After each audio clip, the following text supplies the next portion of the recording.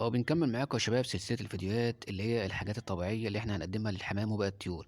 النهارده بقى معانا زيت الزيتون. زيت الزيتون دوت علاج شعبي قديم له فوائد كتيرة جدا، لا تقدر ولا تحصى.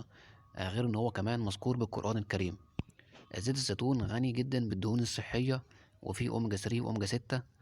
كمان مضاد أكسدة وبيمنع الالتهابات وبيقلل الأمراض. في كمان سعرات حرارية عالية وبروتين وكربوهيدرات وكالسيوم وحديد. في صوديوم وفيتامين ه وكاف، كل دي فيتامينات ومعادن موجودة في زيت الزيتون. طبعا علاج طبيعي ملوش أي أعراض جانبية وآمن جدا، وبيساعد على هضم الطعام بصورة كويسة.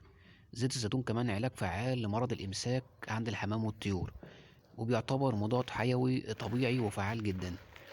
زيت الزيتون بيدخل في علاج البرد والزكام، وبيساعد في نزول البيضة المحصورة. يعني لو عندك حمامة أنثى بتبقى المفروض إن هي هتبيض، وميعاد البيض تنزل البيضة تبقى البيضة محصورة أو محشورة، فبتديها نص سنتي زيت زيتون في الفم مباشرة، وهتنزل البيضة إن شاء الله. كمان زيت الزيتون بيدي الإناث والذكور جاهزية للتكاثر في موسم الفرخ والإنتاج، وبيرفع مناعة بشكل قوي وطبيعي، وبيقي الطيور من أمراض كتيرة زي التنفسي. كمان بيساعد الزغاليل على النمو السليم والسريع. غير إن هو كمان بيدفي الحمام في الشتاء، وفاتح شهية قوي، وبيقوي الذاكرة وبينشط المخ. كمان من استعمالات زيت الزيتون للحمام إن هو بيعالج التقشفات والتشققات اللي بتبقى موجودة في الرجل.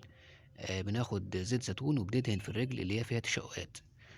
طبعا الجرعة بتاعته بتبقى حوالي 5 جرام لكل كيلو كلفة، يعني معلقة كبيرة على كل كيلو كلفة حمام.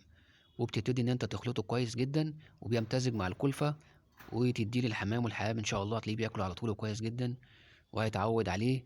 طبعا احنا بنعمل الكلام دوت حوالي مرتين أو 3 مرات في الأسبوع. آمن وطبيعي، وأي حاجة بقولها لكم طبيعية ما تخافوش منها. أنا على طول بنزل لكم الفيديوهات والحاجات الكويسة جدا ليكم، عشان مش عايزين أضرار تحصل للحمام والطيور عندنا بسبب كثرة الأدوية اللي هي بتتعب الكبد عند الحمام والطيور.